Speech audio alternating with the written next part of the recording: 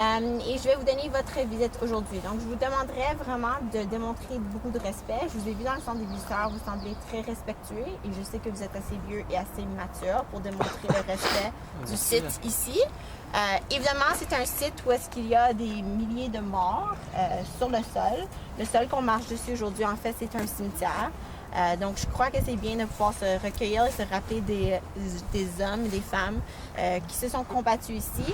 Et en fait, c'est la raison pourquoi nous, on a la vie qu'on a aujourd'hui, évidemment. C'est les forces qui ont pu libérer le pays à l'époque. Et puis aussi, c'est important, je pense, de se rappeler qu'il y a des gens de tous les côtés qui se sont combattus ici et de se rappeler des pertes de la Première Guerre mondiale en tout. Donc, vous avez appris un peu sur la Première Guerre en classe, c'est ça? Ouais.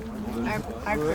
Okay. Donc, pour vous situer un peu, la Première Guerre mondiale, évidemment, c'est de 1914 à 1918. Donc, c'est environ presque 5 ans de guerre, des guerres de tranchées.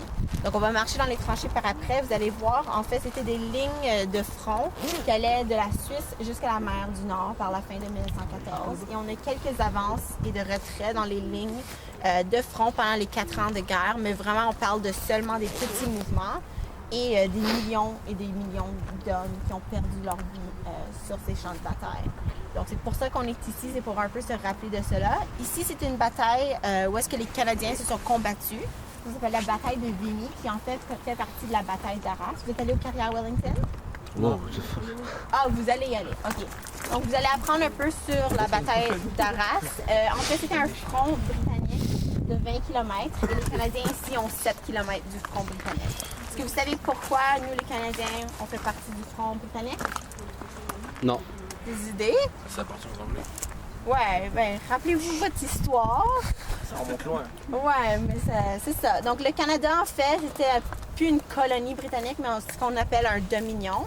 Donc, en fait, on était un pays indépendant, mais quand même, ce n'était pas notre décision d'aller en guerre. On était en guerre automatiquement lorsque la Grande-Bretagne est allée en guerre. Mais c'était notre décision combien d'hommes qu'on envoierait au front et quelle serait notre contribution pour l'effort de guerre ici. Puis c'était quand même un très gros effort. Le Canada avait seulement 8 millions d'habitants à l'époque et plus que 600 000 hommes se sont vraiment portés en uniforme pendant la Première Guerre. Donc c'est quand même énorme pour le taux de population. Et puis on va voir comment les Canadiens ici se sont combattus pour la première fois tous ensemble sur un front uni, tandis qu'auparavant ils étaient sur plusieurs différents champs de bataille. Ici, en 1917, ils sont finalement tous sur le même champ de bataille et ils prennent un objectif qui est très important.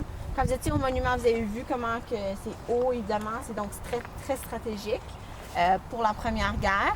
C'est important d'avoir les points élevés comme ceux-là, puis vous voir toute la plaine de Douai, en fait, devant vous. Donc, c'était un point très important qu'ils ont pris en 1917.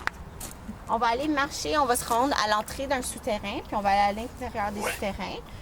Par après, c'est des souterrains qui ont été construits en fait pour apporter les hommes au front de manière sécuritaire. Donc, on les avait sous le sol. Donc, évidemment, ça éviterait que les gens sachent qu'on préparait une grosse bataille et ça les protégerait aussi.